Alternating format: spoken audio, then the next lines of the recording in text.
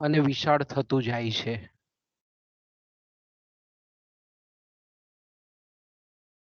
એટલે આપણે કેવું હોય તો એમ કહી શકીએ કે સંચાલકીય અર્થશાસ્ત્ર એટલે એવું શાસ્ત્ર કે જેમાં પેઢીની અંદર જે કંઈ પણ બને છે એ બધાનો સંચાલકીય અર્થશાસ્ત્રમાં અભ્યાસ કરવામાં આવે છે. એટલે સંચાલકીય અર્થશાસ્ત્રમાં આપણે લાસ્ટ પીરિયડમાં જોઈ ગયા કે સંચાલકને બુદ્ધિગમ્ય તાર્કિક સંચાલકીય નિર્ણયો લેવામાં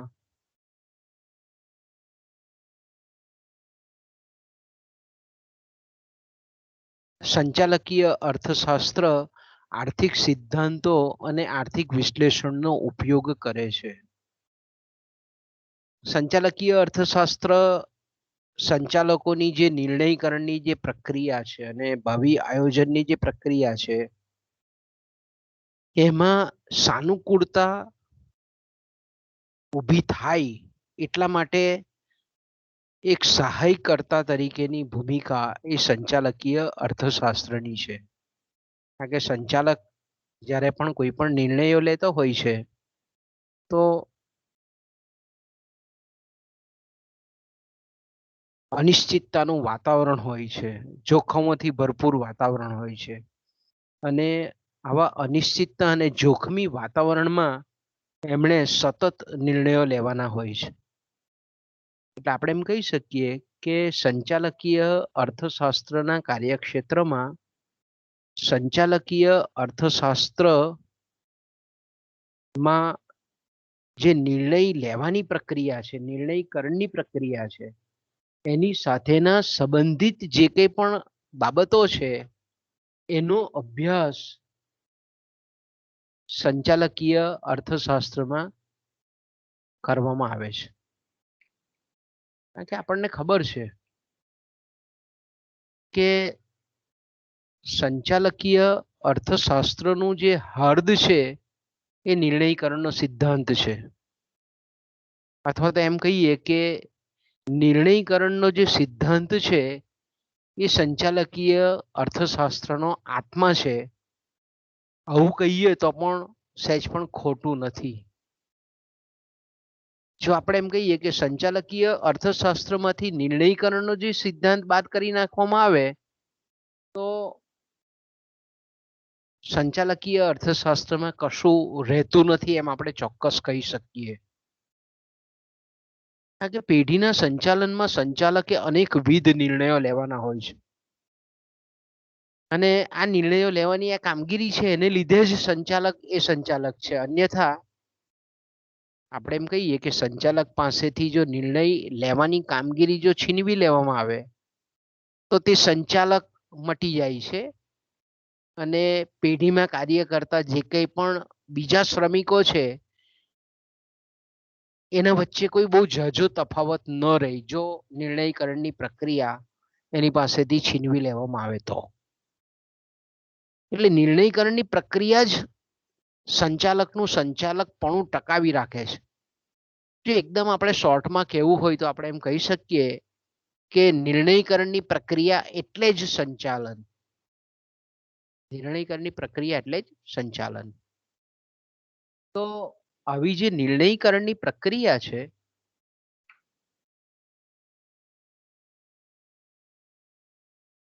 એ સંચાલકીય અર્થશાસ્ત્ર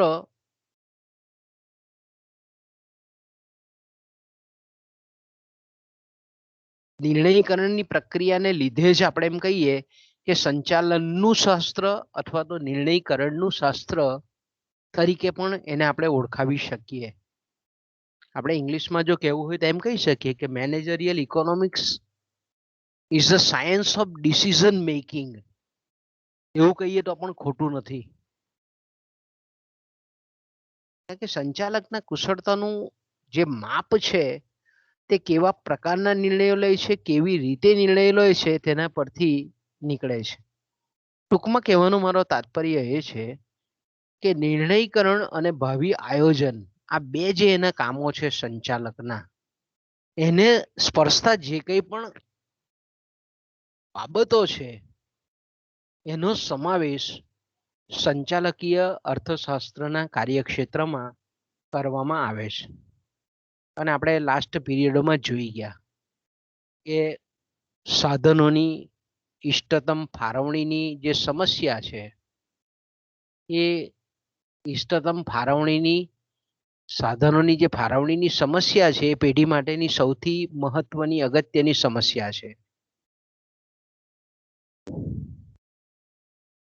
અને એના માટે આપણે લાસ્ટ પીરિયડોમાં જોઈ ગયા છે એટલે બહુ ડિટેલમાં આપણે ચર્ચા કરતા નથી કે પેઢીએ કઈ વસ્તુનું ઉત્પાદન કરવું, કયા ઉત્પાદનના સાધનોનું કેટલા પ્રમાણમાં સંયોજન કરવું,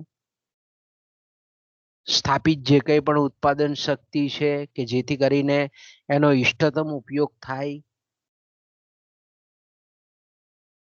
કઈ ઉત્પાદન પદ્ધતિ અપનાવી, આ બધા જે પ્રશ્નો છે એ પેઢીના સંચાલકે વિચારવા પડે છે. એટલે એના માટે સંચાલકો, આજના જે મોડર્ન સંચાલકો છે તે આપણે જાણીએ છીએ તે પ્રમાણે કે ઘણા બધા ઉત્પાદન વિધેયોની રચના કરે છે. સુરેખ આયોજન છે એવા ગણિતના જે કંઈ પણ વિશ્લેષણ સાધનો છે એનો ઉપયોગ કરે છે. એટલે સાધનોની ફાળવણીનો અભ્યાસ એ સંચાલકીય અર્થશાસ્ત્ર ના અભ્યાસ ક્ષેત્રમાં કરવામાં આવે છે. આપણે લાસ્ટ પીરિયડોમાં ઘણી ચર્ચા કરી છે એની. કારણ કે નિર્ણયકરણ અને ભાવિ આયોજન માટે સાધનોની ફાળવણી એ સૌથી મહત્વની અને તમામ વ્યવહારોને સ્પર્શતી બાબત છે. ગઈકાલે જ આપણે જોયું તે પ્રમાણે કે ઉત્પાદનના જથ્થાનું નિયંત્રણ, કે દરેક પેઢીએ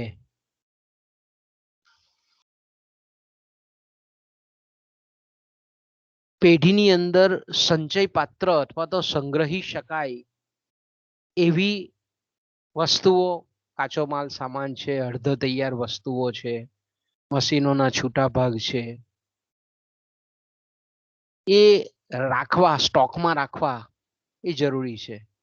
પણ આવી જે સંચય પાત્ર વસ્તુઓ છે તેનો કેટલો સ્ટોક રાખવો, એના પર કેટલો ખર્ચ કરવો, કેટલા સમયાંતરે કઈ સપાટી સુધી સંચય કરવો, આ બધા પેઢીના સંચાલનના બહુ મહત્વના પ્રશ્નો છે. કારણ કે એને વારંવાર ખરીદવાનો ખર્ચ, એને કાચો માલ સામાન હોય, અર્ધ તૈયાર વસ્તુ હોય કે તૈયાર વસ્તુ હોય, એને સાચવણીનો કે જાળવણીનો ખર્ચ છે. સંચય પાત્ર વસ્તુઓ જો અન્યત્રથી મૂડી ઉછીની લાવીને સંચય કરેલો હોય તો તેના પરનો વ્યાજ ખર્ચ છે. આ બધા જે પરિમાણો છે, વસ્તુની કિંમત વગેરે, આ બધા કેવા પરિમાણો છે? ગતિશીલ પરિમાણો છે અને પેઢીના નફા નુકસાનને એ બહુ ઊંડી રીતે અસર કરે છે. એટલે સંચાલકીય અર્થશાસ્ત્રના કાર્યક્ષેત્રમાં ઉત્પાદનના જથ્થાનું નિયંત્રણ, જેને આપણે ઇંગ્લિશમાં ઇન્વેન્ટરીઝ કહીએ છીએ, એનો પણ અભ્યાસ કરીએ છીએ કે જેથી કરીને પેઢીના સંચાલકને નિર્ણયકરણ અને ભાવિ આયોજનની પ્રક્રિયામાં સાનુકૂળતા સ્થપાય. ત્રીજો જે નિર્ણયકરણ અને ભાવિ આયોજનને લગતો અને સંચાલકીય અર્થશાસ્ત્રના કાર્યક્ષેત્રમાં સમાવિષ્ટ જે મુદ્દો છે એ છે કિંમત નિર્ધારણ અને તેની સમસ્યા. તો કે પેઢી ઘણી બધી વસ્તુઓનું ઉત્પાદન કરતી હોય છે.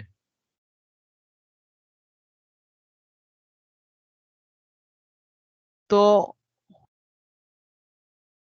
કારણ કે કિંમત એ કોઈ પણ પેઢીની આવકનો સ્ત્રોત છે. એની કિંમત એની માંગને અસર કરે છે, અન્ય હરીફોની નીતિ રીતિઓને પણ અસર કરે છે. કારણ કે પેઢીની મુખ્ય જે સમસ્યા છે એ પેઢીની જે આપણે એમ કહીએ કે મહદઅંશે સફળતા આપણે ગણીએ તો એનો આધાર એના કિંમત અંગેના નિર્ણયો પર છે. અને પેઢી જે વસ્તુનું કે વસ્તુઓનું ઉત્પાદન કરે છે એના ભાવો નક્કી કરવાનો પ્રશ્ન એ પેઢી માટેનો નિર્ણયકરણનો મહત્વનો પ્રશ્ન છે એમ કહીએ તો આપણે ખોટું નથી. અને જ્યારે વસ્તુની કિંમત નક્કી કરવામાં આવે છે ત્યારે માંગને ધ્યાનમાં રાખીને કિંમત નક્કી કરવી કે વસ્તુ જે ઉત્પાદન થાય છે એના ઉત્પાદન ખર્ચને આધારે કિંમત નક્કી કરવી, એના અંગેનો નિર્ણય સંચાલકોએ લેવો પડતો હોય છે. એ માટેની ઘણી બધી આપણે એમ કહીએ કે કિંમત નિર્ધારણની પદ્ધતિઓ છે, માર્કઅપ પદ્ધતિ છે, ચોક્કસ નફાનો ગાળો ઉમેરીને એટલે કે ખર્ચ વત્તા નફાની નીતિ જેને આપણે કહીએ છીએ તે છે, સીમાંત કિંમત પદ્ધતિ છે, ઇવન આપણે એમ કહીએ કે સમતુટ બિંદુ નક્કી કર્યા પછી કિંમત નિર્ધારણ કરવું એ પણ એક પદ્ધતિ છે. તો આપણે એમ કહીએ કે અલગ અલગ પદ્ધતિનો ઉપયોગ કરી અને પેઢીએ કિંમત અંગેના નિર્ણયો લેવાના હોય છે. એટલે આપણે એમ કહી શકીએ કે કિંમત નિર્ધારણની સમસ્યા એ નિર્ણયકરણની પ્રક્રિયા અને ભાવિ આયોજનને અસર કરતી એક બહુ મહત્વની બાબત છે. એટલે એનું અભ્યાસ પણ આપણે સંચાલકીય અર્થશાસ્ત્રમાં કરીએ છીએ. ચોથી જે સમસ્યા છે ખાસ કરીને નિર્ણયકરણ અને ભાવિ આયોજનને સ્પર્શતી એ છે મૂડીરોકાણની સમસ્યા.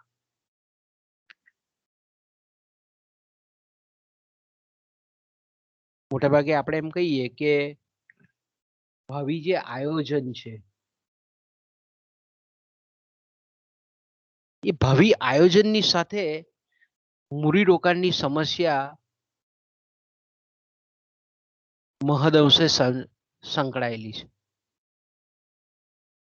કારણ કે ભાવિ આયોજન એટલે આપણને ખબર છે કે પેઢીનું જે ભવિષ્ય ભાવિ જે સંચાલન છે એ સંબંધી જુદી જુદી જે બાબતો છે એ બાબતો અંગે વર્તમાન સમયમાં આયોજન કરવું, તે જેને આપણે ફોરવર્ડ પ્લાનિંગ કહીએ છીએ, ફ્યુચર પ્લાનિંગ કહીએ છીએ. અને મોટે ભાગે આપણે એમ કહીએ કે આ ભાવિ આયોજનની જે કંઈ પણ બાબતો છે એમાં મૂડીરોકાણ સ્પર્શતી મહત્વની બાબતો છે, મુખ્ય બાબતો છે કે જેમાં આપણે એમ કહીએ કે પેઢી પાસેના જે કંઈ પણ ઉપલબ્ધ વૈકલ્પિક ઉપયોગવાળા સાધનો છે એને અલગ અલગ જગ્યાએ અલગ અલગ વિકલ્પોમાં એને ફાળવવાના પ્રશ્નો એ કોઈ પણ સંચાલકને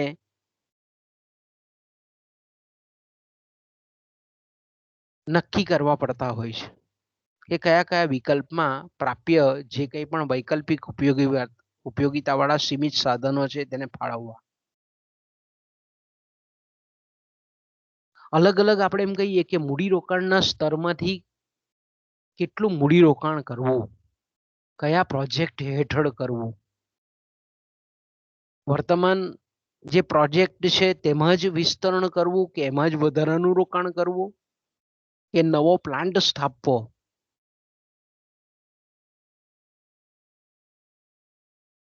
અને તે માટે આપણે એમ કહીએ કે મૂડીરોકાણ માટે જે કંઈ પણ જરૂરી એવા નાણાકીય સાધનો ક્યાંથી એકત્ર કરવા, એનો કેટલો આપણે એમ કહીએ કે નાણાં પ્રાપ્તિના અલગ અલગ સ્ત્રોતોને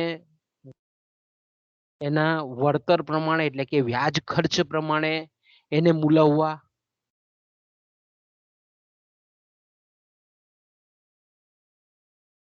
નવી વસ્તુનું ઉત્પાદન કરવું કે નવા બજારમાં આપણે એમ કહીએ કે વિતરણ વ્યવસ્થા ઊભી કરવી, એની પાછળ રોકાણ કરવું. તો કે આવી બધી જે કંઈ પણ સમસ્યાઓ છે એ સમસ્યાઓ અને એના ઉકેલનો આ વિભાગમાં અભ્યાસ કરવામાં આવે છે.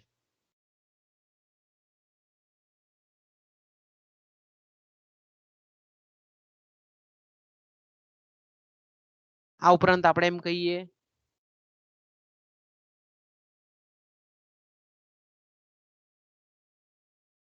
કે સંચાલકીય અર્થશાસ્ત્રના કાર્યક્ષેત્રમાં ત્યાર પછી જો આપણે નવી શાખા વિશે વાત કરવી હોય તો માંગ વિશ્લેષણ અને તેની આગાહી. તો આ જે સંચાલકીય અર્થશાસ્ત્રની જે અભ્યાસ શાખા છે, કાર્યક્ષેત્રની શાખા છે, તેમાં આપણે જે અભ્યાસ કરવામાં આવે છે, કારણ કે કોઈ પણ પેઢી હોય, કોઈ પણ એકમ હોય, એ શું કરે છે, કોઈ પણ સંચાલક હોય, એ સંચાલક આપણે જાણીએ છીએ તે પ્રમાણે કે ઉત્પાદનના સાધનોને એકત્ર કરે છે, સંયોજે છે, સંયોજન કરી અને ઉત્પાદન વિધેય સાકાર કરી અને વસ્તુનું ઉત્પાદન કરી અને એ વસ્તુ બજારમાં વેચાણ અર્થે મૂકે છે. કોઈ પણ ઔદ્યોગિક એકમ હોય, કોઈ પણ ધંધાકીય વ્યાપારિક પેઢી હોય, એનું આ મુખ્ય કાર્ય છે કે અલગ અલગ ઉત્પાદનના સાધનોને એકત્ર કરી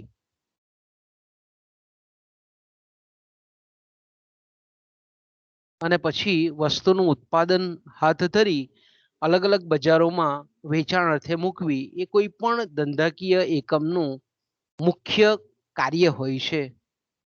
તો કે પેઢીના આપણે જાણીએ છીએ તે પ્રમાણે કે પેઢીના નફા નુકસાનનો આધાર કોના પર છે? તો કે એના વેચાણ પર છે.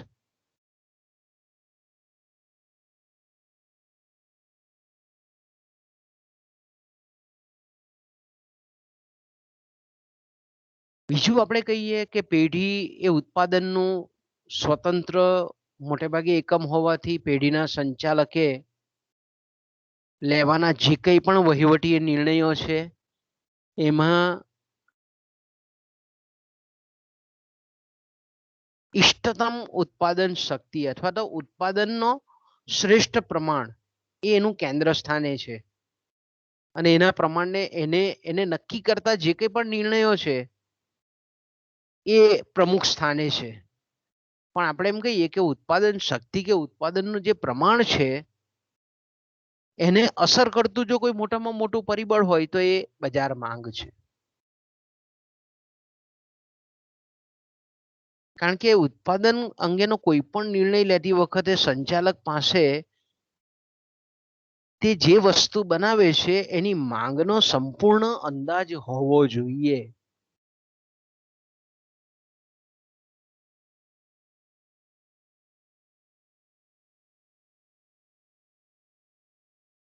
એટલે આપણે એમ કહી શકીએ કે જે સંચાલક નિર્ણયકરણની પ્રક્રિયા કરે છે એ સંચાલકે ઉત્પાદનની જે વસ્તુ ઉત્પાદિત કરે છે એની પેદાશની વર્તમાન સમયમાં માંગ કેવી છે, ભવિષ્યમાં એની માંગ કેવી રહેશે,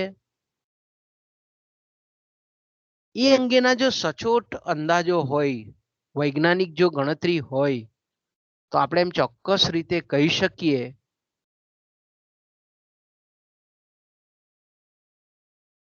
કે ઉત્પાદન અંગેના પેઢીના અથવા તો સંચાલકના જે કંઈ પણ નિર્ણયો છે તે યોગ્ય દિશાના નિર્ણયો છે. એટલા માટે જ આપણે એમ કહીએ કે સંચાલકીય અર્થશાસ્ત્રની આ જે શાખા છે, આ શાખામાં માંગનું વિશ્લેષણ નો પ્રમુખગત અભ્યાસ કરવામાં આવે છે.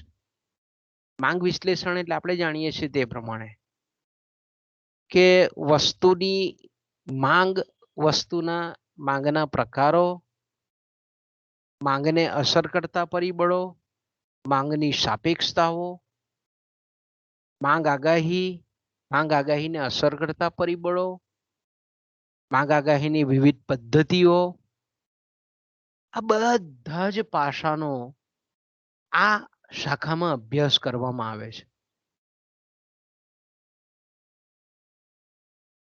કારણ કે માંગનું વિશ્લેષણ અને ભવિષ્યની માંગની જે ગણતરી જે છે તેનું સ્થાન નિર્ણયકરણની પ્રક્રિયામાં ખૂબ મહત્વનું બની રહે છે.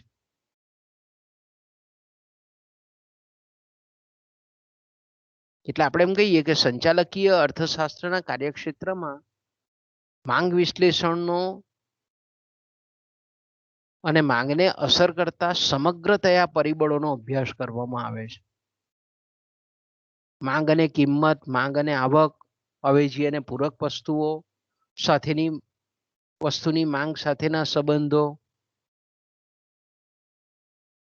આ બધી જ બાબતોને તલસ્પર્શી રીતે આ શાખામાં ચકાસવામાં આવે છે.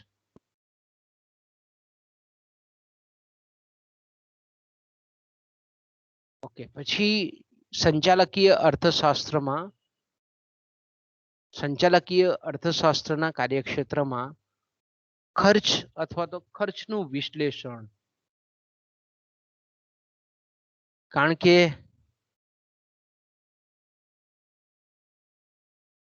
પેઢીની કિંમત વિષયક નીતિના ઘડતરમાં જો આપણે એમ કહીએ ઉત્પાદન ખર્ચ એ બહુ મહત્વનું પરિબળ છે.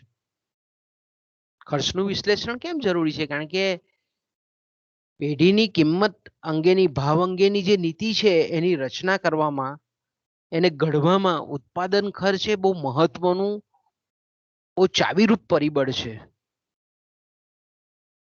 સામાન્ય રીતે આપણે જોઈએ છીએ તે પ્રમાણે કે પેઢીના રોજબરોજના જે કંઈ પણ હિસાબો છે એના ઉપરથી પેઢીના ખર્ચની માહિતી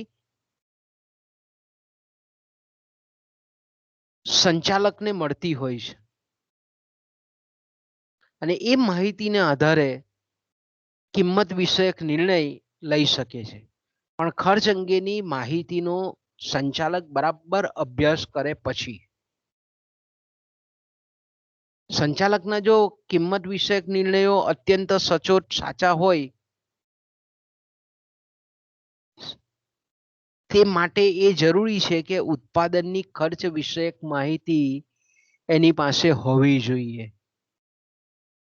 બીજું, ખર્ચ વિશેની માહિતી એટલે આંકડા જ સંચાલક પાસે હોય એટલું જ પૂરતું નથી, પણ આ ઉત્પાદન ખર્ચને અસર કરતા જે કંઈ પણ પરિબળો છે એના વિશેનું પણ એને જ્ઞાન હોવું જોઈએ. કારણ કે જો અધૂરું અપૂર્ણ જ્ઞાન હોય તો ઉત્પાદન ખર્ચ અંગેનો સાચો અંદાજ સંચાલક મેળવી શકશે નહીં. પરિણામ સ્વરૂપ એ થાય કે એનો નિર્ણયકરણની જે પ્રક્રિયા છે એ ખામી ભરેલી રહે છે.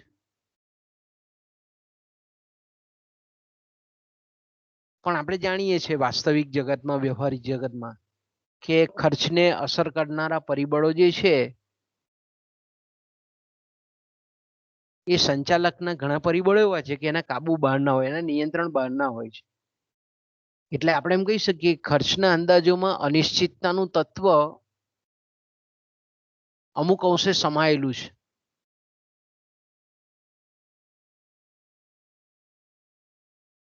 એટલે આપણે એમ કહી શકીએ કે આવા જે જોખમ અને અનિશ્ચિતતાથી ભરપૂર એવા જે કંઈ પણ પરિબળો છે એની અસર ઓછામાં ઓછી રહે એ માટે યોગ્ય રીતે ખર્ચનું વિશ્લેષણ કરી અને જો નિર્ણયકરણની પ્રક્રિયા કરવામાં આવે તો પેઢીને આપણે એમ કહીએ કે નુકસાની, ખોટ જવાની શક્યતા ઘણી ઓછી રહે છે.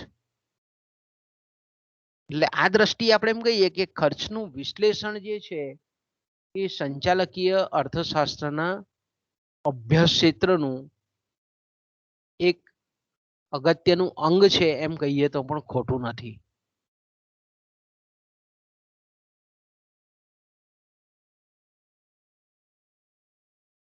ખર્ચ વિશ્લેષણ એટલે આપણે જાણીએ છીએ માંગ વિશ્લેષણ જેવું જ છે કે ખર્ચ કોને કહેવાય, ખર્ચના અલગ અલગ પ્રકારો કયા છે, પ્લાન્ટનું કદ અને ખર્ચ, ઉત્પાદન શક્તિમાં વધારો કરવામાં આવે તો એની ખર્ચ પર કેવી અસર થાય છે અને ખર્ચની અસર ઉત્પાદન પર કેવી થાય છે, અલગ અલગ વસ્તુઓ વચ્ચેનો જે કંઈ પણ ઉત્પાદન ખર્ચ છે, ખર્ચ અને નફા વચ્ચેનો જે કંઈ પણ આંતર સંબંધ છે, આ બધા પરિબળોને આ શાખામાં તપાસવામાં આવે છે.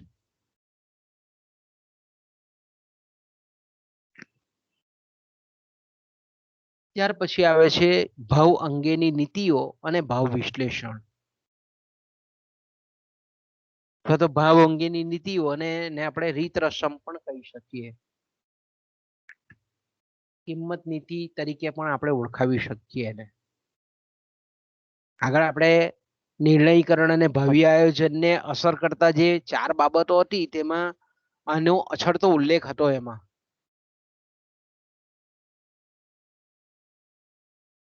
સંચાલકીય અર્થશાસ્ત્રના વિષય વસ્તુમાં આ શાખામાં આપણે એમ કહીએ ખૂબ મહત્વનો આ શાખા છે, વિભાગ છે. કારણ કે આપણે આગળ ચર્ચા કરી તે પ્રમાણે કે વસ્તુની કિંમત એ પેઢીની આવકનો અગત્યનો સ્ત્રોત છે.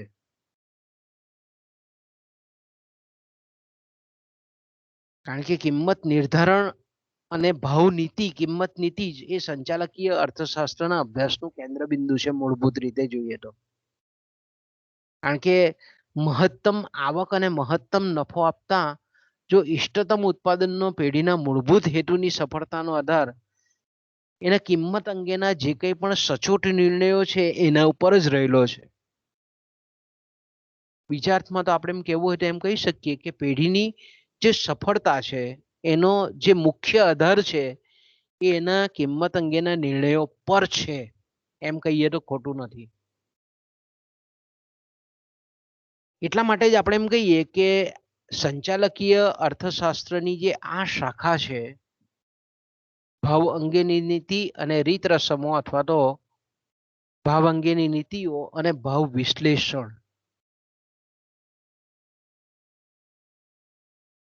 એમાં આપણે જે અભ્યાસ કરીએ છીએ તે અલગ અલગ પ્રકારના જે બજારો છે, પૂર્ણ હરીફાઈ વાળું બજાર છે, ઇજારાયુક્ત હરીફાઈ વાળું બજાર છે, ઇજારા વાળું બજાર છે, અલ્પહસ્તક ઇજારા વાળું બજાર છે, દ્વિહસ્તક ઇજારા વાળું બજાર છે. તો કે અલગ અલગ પ્રકારના જે વિવિધ બજારો છે એમાં કિંમત પેઢી કઈ રીતે નક્કી કરે છે એની અહીંયા ચર્ચા કરીએ છીએ આ શાખામાં. એ જ રીતે આપણે એમ કહીએ કે કિંમત અને એ કિંમતો અંગેની ભવિષ્યની આગાહીઓ, અલગ અલગ ભાવ તફાવતો, કિંમત તફાવતો નો અહીંયા આપણે અભ્યાસ કરીએ છીએ. એક જ ગ્રુપની, એક જ જૂથની જે સભ્ય વસ્તુઓ છે તેની અલગ અલગ વસ્તુઓની કિંમતો વચ્ચેનો આંતર સંબંધને પણ અહીંયા આપણે મૂલવીએ છીએ.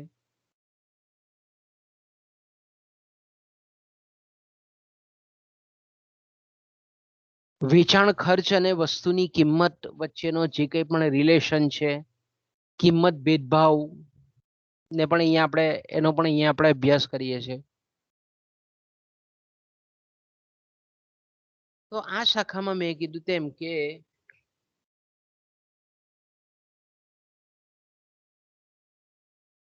અલગ અલગ બજારોમાં જે કિંમત નિર્ધારણની જે પ્રક્રિયા છે અને એના માટે ઉપયોગમાં લેવાતી જે કંઈ પણ કિંમત નીતિઓ છે, પદ્ધતિઓ છે, એનો આ શાખામાં અભ્યાસ કરવામાં આવે છે. ત્યાર પછી સંચાલકીય અર્થશાસ્ત્રના કાર્યક્ષેત્રમાં નફાનું માપ અને આયોજન, સામાન્ય રીતે આપણે એમ કહીએ કે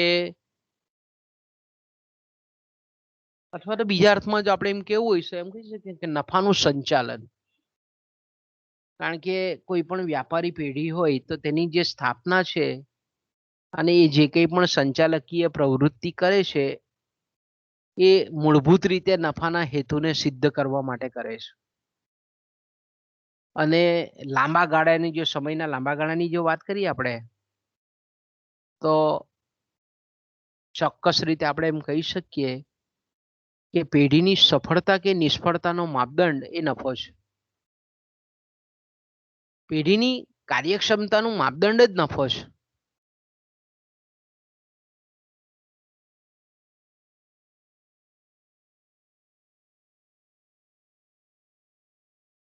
કારણ કે નફાનો આપણે એમ જોઈએ તો સીધો જે સંબંધ છે એ પેઢીની આવક અને પેઢીના ખર્ચ સાથે સીધો સંકળાયેલો છે.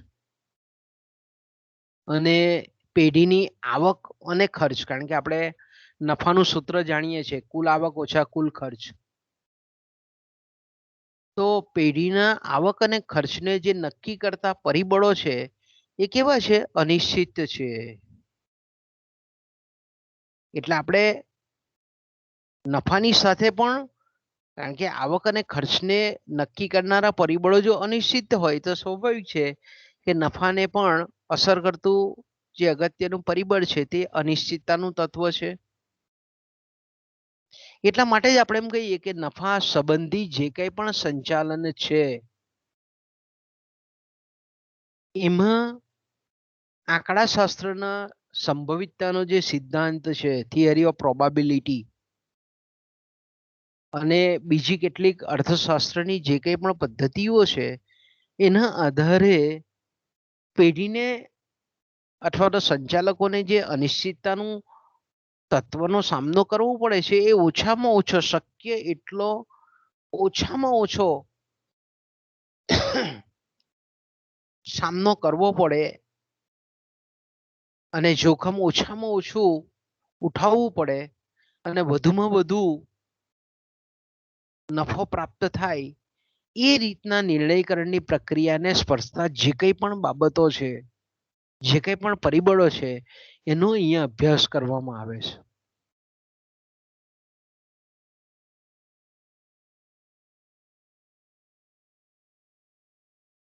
એટલે આપણે એમ કહી શકીએ કે આ સંચાલકીય અર્થશાસ્ત્રની આ જે શાખા છે એમાં ખાસ કરીને નફો, નફાનું સ્વરૂપ, નફાનું માપન, નફાની યોગ્ય, નફો પ્રાપ્ત કરવા અંગેની યોગ્ય નીતિ રીતિ, એની પસંદગી, ખર્ચ અંકુશ અને સમતુત વિશ્લેષણ વગેરેનો અભ્યાસ કરવામાં આવે છે. અને આપણે આગળ ચર્ચા કરી તે પ્રમાણે કે આંકડાશાસ્ત્રનો જે સંભાવનાનો સિદ્ધાંત છે કે જેનો અભ્યાસ કરવાથી જોખમ અને અનિશ્ચિતતા નો અભ્યાસ શક્ય બને છે. એટલે આ વિભાગમાં એનો પણ આપણે સમાવેશ કરીએ છીએ.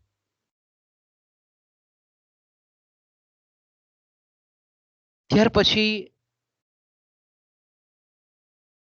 સામાન્ય રીતે જે મૂડીરોકાણ અને મૂડીરોકાણનું જે સંચાલન છે, જો પેઢીના સંચાલન સંબંધી જે કંઈ પણ પ્રશ્નો છે એમાં જો આપણે એમ કહીએ કે સૌથી વધારેમાં વધારે ગૂંચવણભર્યો પ્રશ્ન હોય તો એ મૂડી અંદાજપત્ર અને મૂડીરોકાણ અંગેના જે કંઈ પણ પ્રશ્નો છે તેને આપણે મૂકી શકીએ. કારણ કે કોઈ પણ સંચાલક હોય તેનું ધ્યેય કેવું હોય? ઓછામાં ઓછું જોખમ ઉઠાવીને વધારેમાં વધારે વળતર રહે તે રીતે મૂડીનું રોકાણ કરવું. તે કોઈ પણ આપણે એમ કહીએ કે આ રીતનું એ કોઈ પણ સંચાલકનું એ મુખ્ય હાર્દ હોય કે ભાઈ ઓછામાં ઓછું રોકાણ કરી અને વધારેમાં વધારે રિટર્ન મળવું જોઈએ. અને મૂડી સંચાલન સંબંધી જે યોગ્ય નિર્ણયો છે એ સંચાલકના નિર્ણય શક્તિની કસોટી કરનારા હોય છે. એટલે આપણે એમ કહી શકીએ કે આ મૂડીરોકાણ અંગેના જે કંઈ પણ અત્યંત જટિલ પ્રશ્નો છે એ પેઢીમાં બહુ હાયર લેવલે હાઈ સ્કિલ વાળા જે લોકો છે, કન્સલ્ટન્ટો છે, કંપનીઓ છે, એની સહાય લઈને પછી હાથ ધરવામાં આવે છે. એટલે આપણે એમ કહી શકીએ સરળતા ખાતર કે મૂડી અંદાજપત્ર એક આપણે અલગ વિભાગ સંચાલકીય અર્થશાસ્ત્રના અભ્યાસ ક્ષેત્રનો આપી શકીએ કે જેમાં મૂડીરોકાણ સાથેના જેટલા પણ અત્યંત જટિલ અને જેને આપણે ત્રાસદાયક પ્રશ્નો કહીએ છીએ એ પ્રશ્નોનો અભ્યાસ કરવામાં આવે છે.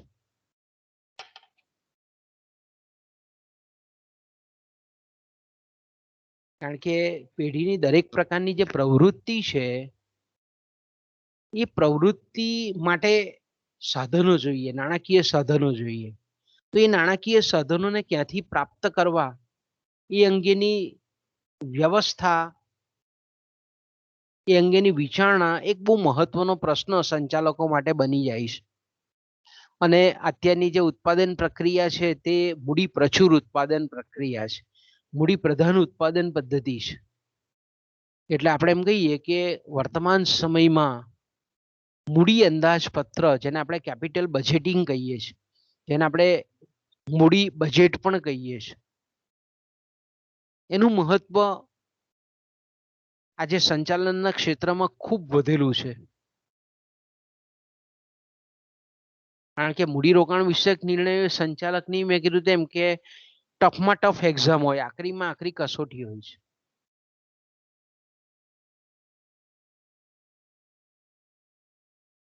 એટલે આ વિભાગમાં આપણે એમ કહીએ કે મૂડી અંદાજપત્રના સંચાલકીય અર્થશાસ્ત્રના કાર્યક્ષેત્રની આ શાખામાં મૂડી ક્યાંથી પ્રાપ્ત કરવી, એના જે અલગ અલગ પ્રાપ્તિ સ્થાનો છે તેનો અભ્યાસ કરવામાં આવે છે.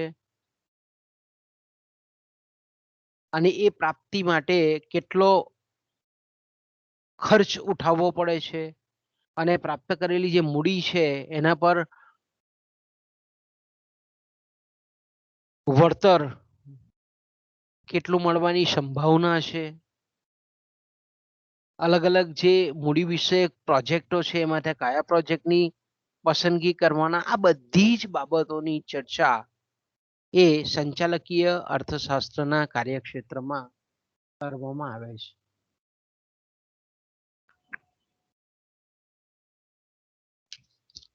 એટલે બીજા અર્થમાં જો આપણે એમ કહીએ કે મૂડી રોકાણ એટલે કે મૂડી ક્યાંથી લાવી અને એની કઈ રીતે ફાળવણી કરવી, મૂડી લાવવાનો ખર્ચ અને મૂડી ફાળવવાથી પ્રાપ્ત થતી આવક, આનો આપણે એમ કહીએ કે બહુ ઊંડાણપૂર્વક અભ્યાસ આ શાખામાં કરવામાં આવે છે. અને ત્યાર પછી કાર્યલક્ષી સંશોધન કાર્ય. કાર્યલક્ષી સંશોધન કાર્ય આજના જે સંચાલકો છે, જેને આપણે ઓપરેશન રિસર્ચ કહીએ છીએ, સંચાલકીય અર્થશાસ્ત્ર અને કાર્યલક્ષી સંશોધન કાર્ય, આ બંનેનો સમન્વય કરી અને સંચાલકો પોતાની નિર્ણયકરણની જે પ્રક્રિયા છે તેને યોગ્ય દિશામાં લઈ જાય છે.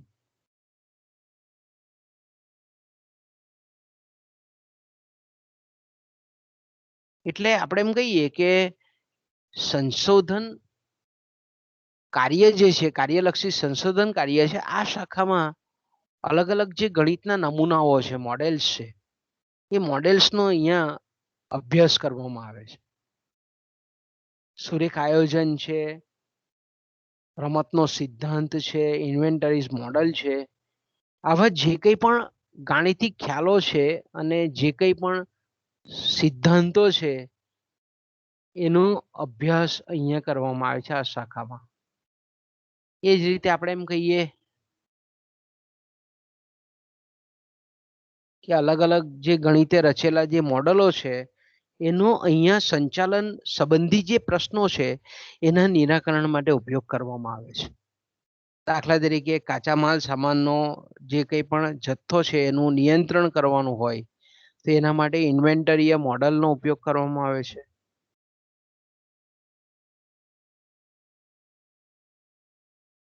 આવક અને જાવક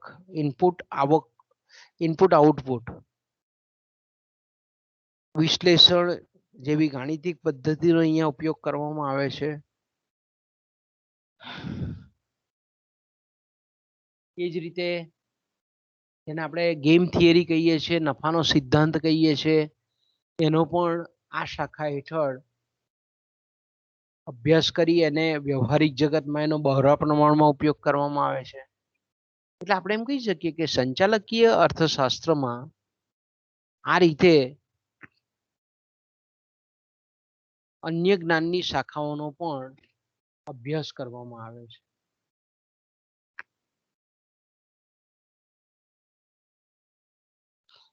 ત્યારબાદ આપણે આપણો બીજો ટોપિક છે એ છે નિર્ણયકરણ અને ભાવિ આયોજન.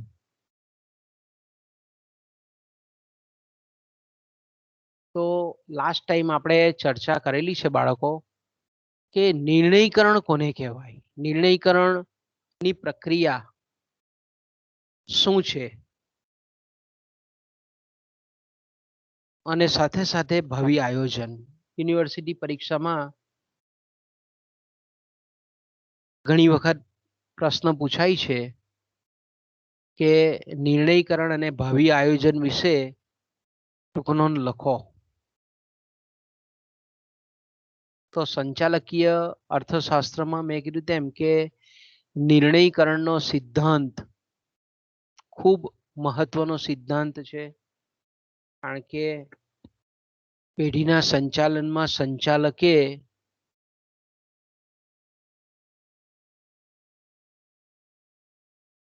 વખતો વખત સમયાંતરે અનેકવિધ નિર્ણયો લેવાના હોય છે. કેટલાક જે નિર્ણયો છે ખૂબ ધીરજથી લેવાના હોય છે, તો કેટલાક નિર્ણયો જે છે તે બહુ ઝડપી લેવાના હોય છે, ત્વરિત લેવાના હોય છે, ઉતાવળથી લેવા પડતા હોય છે. ઘણા નિર્ણયો તાત્કાલિક લેવા પડતા હોય છે.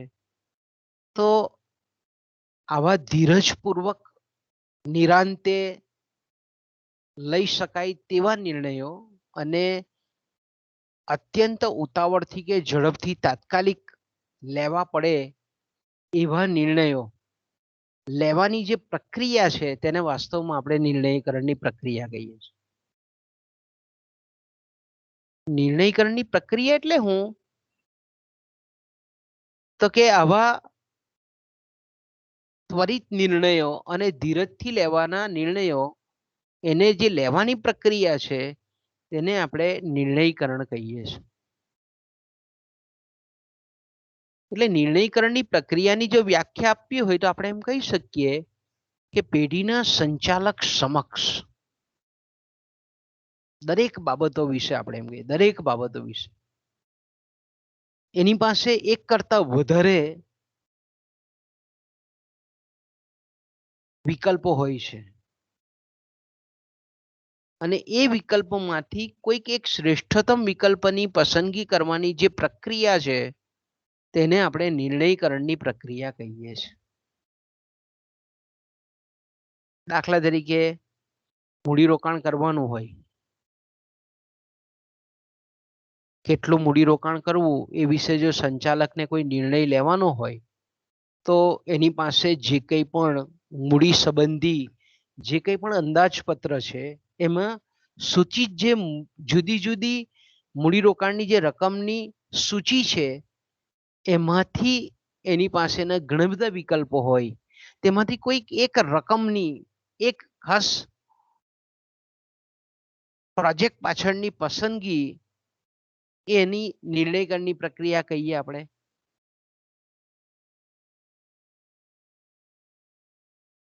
એટલે જ્યારે આપણે એમ કહીએ કે સંચાલક સમક્ષ રહેલા એક કરતા વધારે વિકલ્પોમાંથી એક શ્રેષ્ઠતમ વિકલ્પ પસંદ કરવાની પ્રક્રિયાને નિર્ણયકરણની પ્રક્રિયા કહેવાય છે.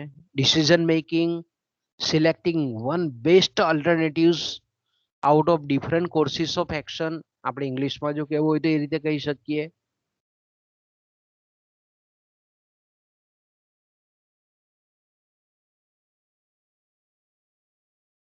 નિર્ણયકરણની જે પ્રક્રિયા છે એ નિર્ણયકરણની પ્રક્રિયાની જો આપણે વૈજ્ઞાનિક ઢબે ચર્ચા કરવી હોય તો આપણે એમ કહી શકીએ કે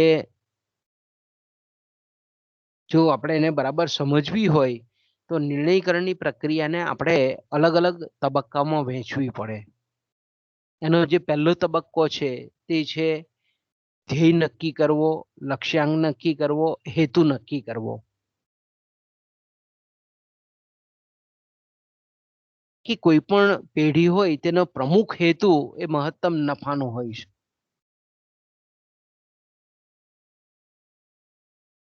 પણ મહત્તમ નફાની સાથે પેઢીના કેટલાક અન્ય હેતુઓ પણ હોય.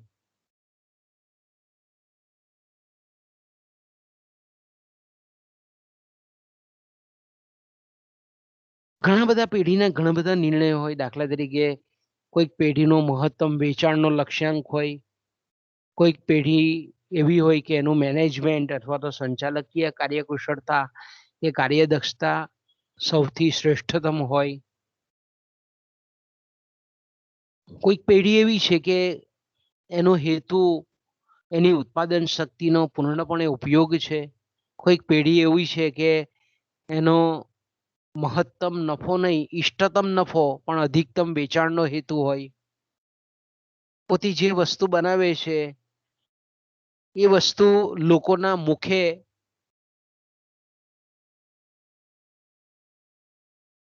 એનો પ્રચાર અને પ્રસાર થાય એવો એનો લક્ષ્યાંક છે, એવો હેતુ છે. બજાર હિસ્સો વધે એવો પણ એનો હેતુ છે.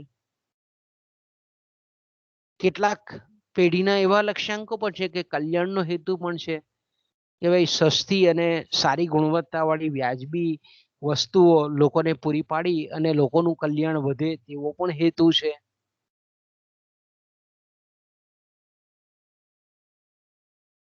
તો આપણે એમ કહીએ કે નિર્ણયકરણની પ્રક્રિયામાં પહેલો જે તબક્કો છે જેને આપણે first stage of decision making process કહીએ છીએ, એમાં હેતુ, ઉદ્દેશ કે લક્ષ્યાંક નક્કી કરવાનો.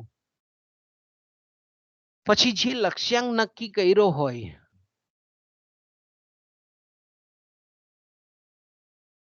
એ લક્ષ્યાંકને પહોંચી વળવા માટે જે કંઈ પણ પ્રવૃત્તિ આદરેલી હોય પેઢીએ અને એમાં પેઢીની જે કંઈ પણ સમસ્યાઓ છે ઉદ્ભવે છે, એ સમસ્યાઓ શા માટે ઉદ્ભવી અને કઈ રીતે ઉદ્ભવી એની સ્પષ્ટ સમજ મેળવવામાં આવે છે.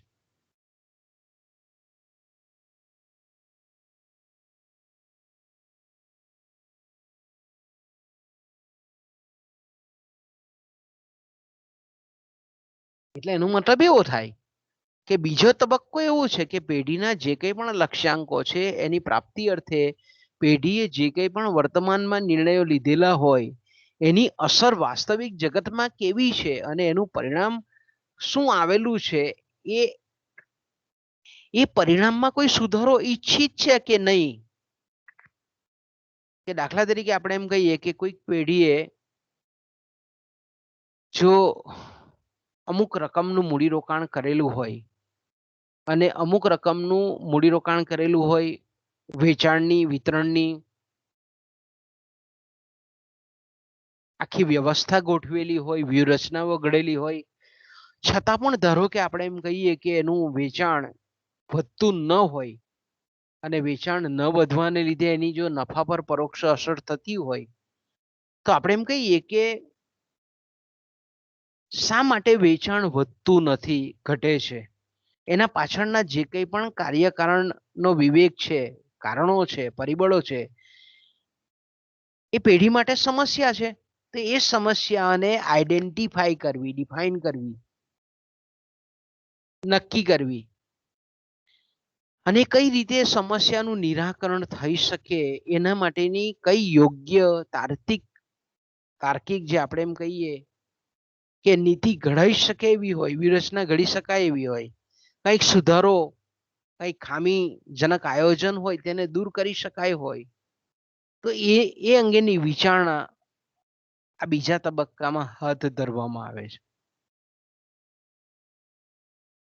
કારણ કે એક વખત જો આપણે એમ કહીએ કે જે સમસ્યા ઉદ્ભવેલી હોય અને એ સમસ્યાનું જો યોગ્ય નિરાકરણ નહીં થઈએ તો ભવિષ્યમાં એ સમસ્યા વધારે વિકટ બને અને પેઢીને એક સમય એવો આવે કે પેઢી બંધ કરવાનો સમય આવે.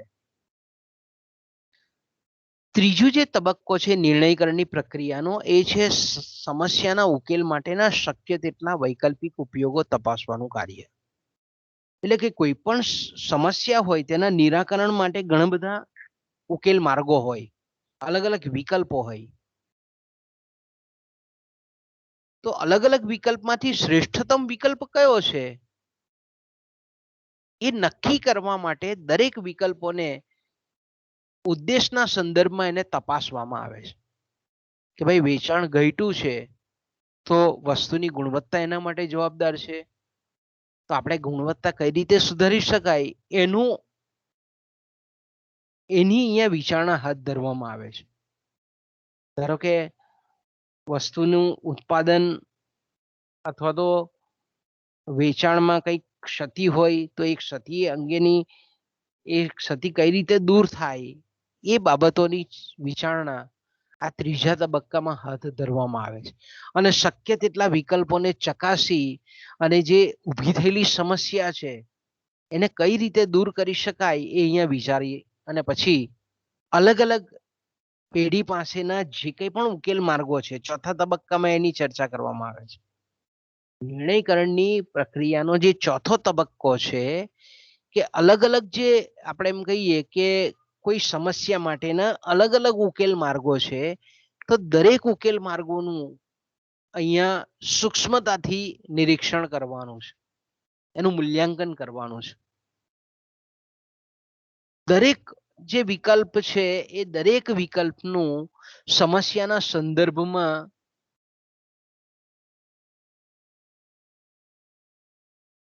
એનું મૂલ્યાંકન કરી અને પછી એને સંલગ્ન જેટલી પણ આંકડાકીય માહિતી છે એને એકત્ર કરી અને પછી દરેક વિકલ્પોની જેને આપણે ખર્ચ લાભ વિશ્લેષણ કહીએ છીએ તે દરેક વિકલ્પોથી ખર્ચ કેટલો થશે અને એને પરિણામ સ્વરૂપ પેઢીને કેટલો લાભ થશે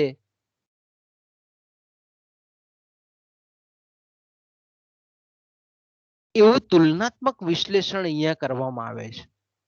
ચોથા તબક્કામાં અલગ અલગ જે વિકલ્પો છે એ અલગ અલગ વિકલ્પોની તુલના કરી અને શ્રેષ્ઠતમ વિકલ્પની પસંદગી કરવામાં આવે છે, ઇષ્ટતમ વિકલ્પની પસંદગી કરવામાં આવે છે. અને લાસ્ટ તબક્કામાં આપણે એમ કહીએ કે જે શ્રેષ્ઠતમ વિકલ્પ સમસ્યાના ઉકેલ માટે નક્કી કરેલો હોય છે એનું ઇમ્પ્લિમેન્ટ કરવાનું હોય છે, એનું અમલીકરણ કરવાનું હોય છે. અને એ અમલીકરણ કરીએ છીએ એટલે સંચાલકની નિર્ણયકરણની પ્રક્રિયા અહીંયા પૂરી નથી થતી, પણ એ અમલીકરણ પછી પણ એનું સતત કોન્સ્ટન્ટ મોનિટરિંગ કરવાનું છે. અને એવું લાગે કે ભાઈ લીધેલો નિર્ણય એ યોગ્ય એના હેતુઓને પરિપૂર્ણ નથી કરતો તો એમાં સમયાંતરે એનું મૂલ્યાંકન કરી અને જરૂરી સુધારા વધારા પણ કરવાના છે. એટલે બદલાતી જતી જો પરિસ્થિતિ હોય તો તેના સંદર્ભમાં એ લીધેલા શ્રેષ્ઠતમ નિર્ણયનું મૂલ્યાંકન કરી અને એમાં પણ જરૂરી સુધારા વધારા હાથ ધરવાના છે. તો આપણે એમ કહીએ કે આ સમગ્ર પ્રક્રિયા જે છે તેને આપણે નિર્ણયકરણની પ્રક્રિયા કહીએ છીએ.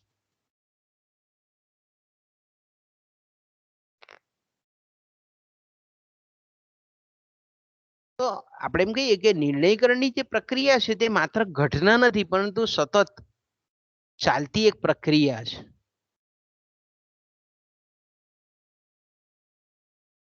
કારણ કે નિર્ણયકરણની પ્રક્રિયામાં કોઈ દિવસ પૂર્ણ વિરામ નથી, એ અલ્પ વિરામ જ હોય છે. પ્રક્રિયાનો કોઈ અંત નથી.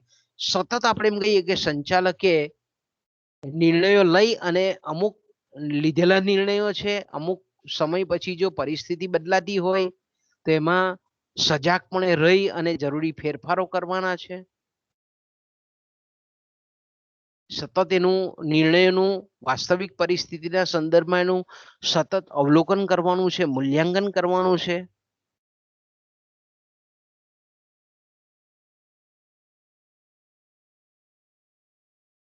બીજું જ્યારે આપણે પણ બીજી જો એક બાબત જો આપણે વિચારીએ તો આપણે એમ કહી શકીએ કે નિર્ણયકરણની જે પ્રક્રિયા છે એમાં ઘણી વખત કોઈ એક જ ધ્યેય કે સિદ્ધાંત કે એક જ હેતુ નથી. એમાં એક કરતા વધારે હેતુઓને ધ્યાનમાં રાખી અને નિર્ણયકરણની પ્રક્રિયા સંચાલકો બજાવતા હોય છે.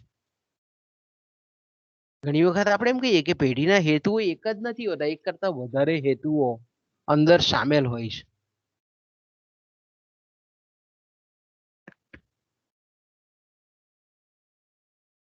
ખાલી કોઈ પણ પેઢીનો એક જ હેતુ નથી હોતો કે ભાઈ મહત્તમમાં મહત્તમ નફો, પણ સાથે સાથે એની પ્રતિષ્ઠા છે, એનો બજાર હિસ્સો છે, કારીગરો સાથેના એકલાસભર્યા સંબંધો છે, સંચાલકીય કાર્યકુશળતાને ઇષ્ટતમ કરવી, સામાજિક જવાબદારી યોગ્ય રીતે નિભાવવી, ઘણા બધા એના આપણે એમ કહીએ કે પેઢી.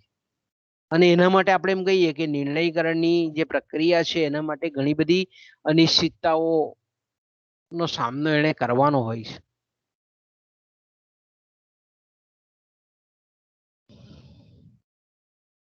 ઓકે, ત્યાર પછી આપણે જે આજના છેલ્લા ચર્ચાનો મુદ્દો છે આપણો એ છે ભાવિ આયોજન.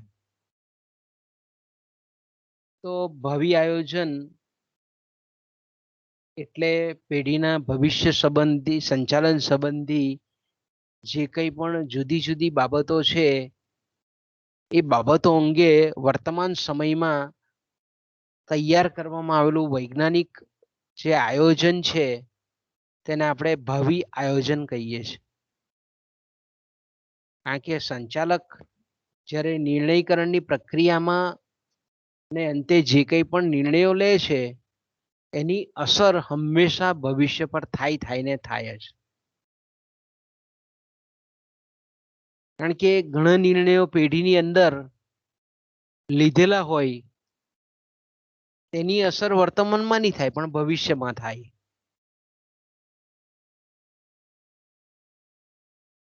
અમુક નિર્ણયો એવા હોય કે જેને ભૂતકાળમાં લીધેલા હોય પણ વર્તમાન પર એની વર્તમાનમાં અસર થતી હોય.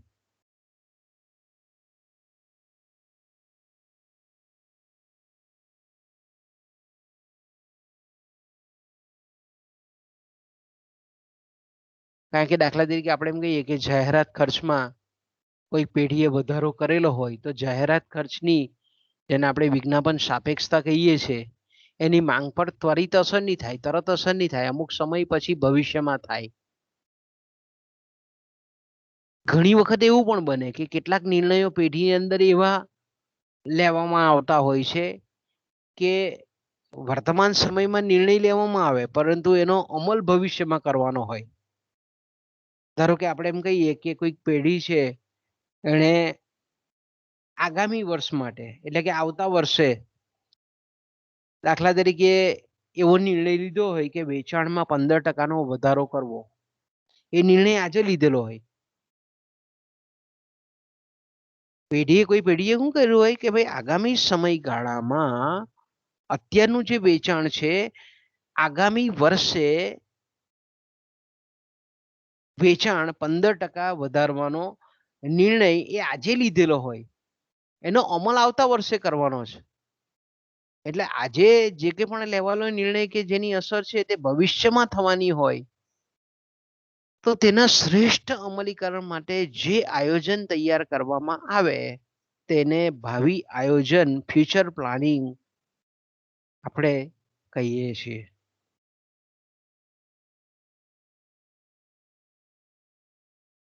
કારણ કે કોઈ પણ સંચાલક હોય જો પેઢીના વિકાસની માત્ર વર્તમાન અવસ્થામાં જો એ રસ રાખતો હોય તો પેઢી કેવી છે સ્થગિત થઈ જાય. વર્તમાનનું જો વિચાર્યા કરતો હોય તો પેઢી કેવી છે સ્થગિત થઈ જાય, પણ વાસ્તવમાં એવું હોતું નથી. કારણ કે સંચાલકને પેઢીના વર્તમાન વિકાસમાં જેટલો રસ હોય છે એના કરતાં પણ વધારે ખાસ કરીને વિશેષ રસ પેઢીના ભવિષ્યના વિકાસમાં હોય છે. અને પેઢી જે છે તે ભવિષ્યમાં વધારે ને વધારે ઉત્તરોત્તર વધુ ને વધુ પ્રગતિ કરતી રહે તેમાં જ સંચાલકોને વધારે રસ છે. કારણ કે પેઢીનો વર્તમાન તો ભૂતકાળમાં લીધેલા નિર્ણયોને આધારે નિશ્ચિત થઈ ગયેલો હોય છે. કારણ કે હવે તો પેઢીનું ભવિષ્ય ઘડવામાં જ એની સંચાલકની ખરેખર કુશળતાની પારાશીશી છે, કૌશલ્યતાની પારાશીશી રહેલી છે. એટલે પેઢીના ઉત્તરોત્તર ભવિષ્ય સારામાં સારું બને, ભાવિ વિકાસ થાય એ માટે સંચાલક વર્તમાન સમયમાં સતત આયોજન કરતો રહે છે, ભવિષ્યને લગતું. અને આ પ્રકારનું જે આયોજન છે પેઢીના ઉત્તરોત્તર વધુ ને વધુ ભાવિ વિકાસ માટે સંચાલક વર્તમાન સમયમાં જે કંઈ પણ આયોજન તૈયાર કરે છે એ ભાવિ આયોજનનું ખરેખર રિયલ વાસ્તવિક સ્વરૂપ છે.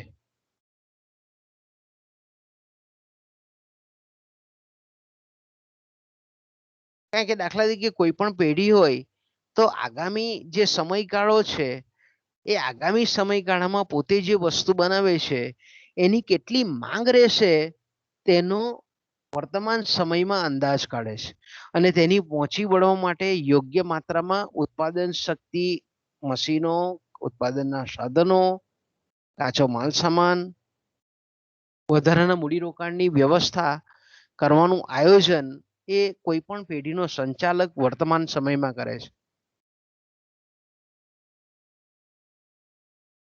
તો પેઢીના આપણે એમ કહીએ કે ભવિષ્યના વિકાસ માટે વર્તમાન સમયમાં જે આયોજન વિચારવામાં આવે છે તેને વાસ્તવમાં આપણે ભાવિ આયોજન કહીએ છીએ. અને આ બે પ્રકારનું હોય, લાંબા ગાળાનું અને ટૂંકા ગાળાનું.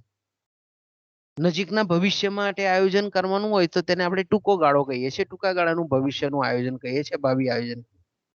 અને જ્યારે તે લાંબા ગાળા માટે તૈયાર કરવાનું હોય તો તેને આપણે લાંબા ગાળાનું ભાવિ આયોજન કહીએ છીએ. કારણ કે ભાવિ આયોજન એ વાસ્તવમાં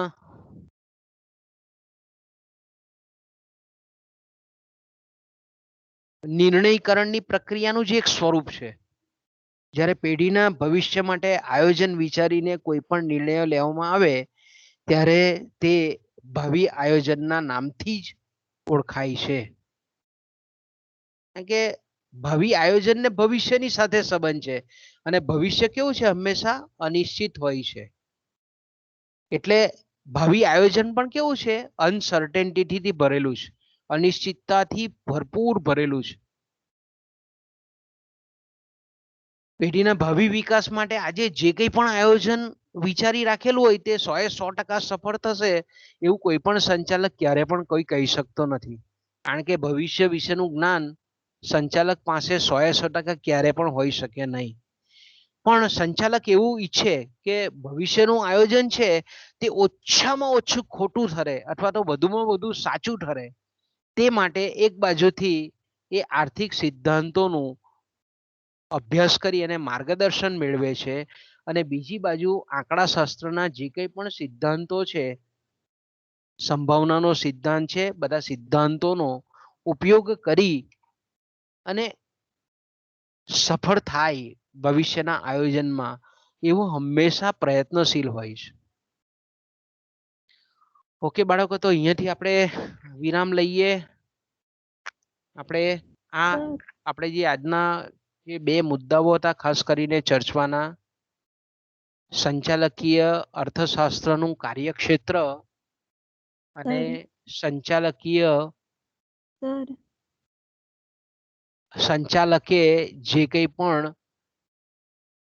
નિર્ણયકરણની પ્રક્રિયા અને ભાવિ આયોજનની જે કંઈ પણ પ્રક્રિયા છે એના વિશેની આપણે ચર્ચા કરવાની હતી તે અહીંયા આપણી પૂરી થાય છે. આવતા પીરિયડમાં આપણે સંચાલકીય અર્થશાસ્ત્રીનું કાર્ય અને જવાબદારીઓ એ વિશે આપણે આગળ ચલવીશું. એટલે અહીંયા આપણે વિરામ લઈએ બાળકો. ચાલો, તમે ખૂબ ખૂબ જોડાયા. આપણે આ યુનિવર્સિટીની એક્ઝામ ચાલે છે ત્યાં સુધી આપણે ઓનલાઈન ચાલીશું, પછી આપણે ઓફલાઈન પાછા ભેગા થઈશું, એટલે 14-15 દિવસ હજુ આપણે ઓનલાઈન જ ચાલુ રાખીશું, બરાબર? એટલે કોલેજે ધક્કો ખાતા નહીં.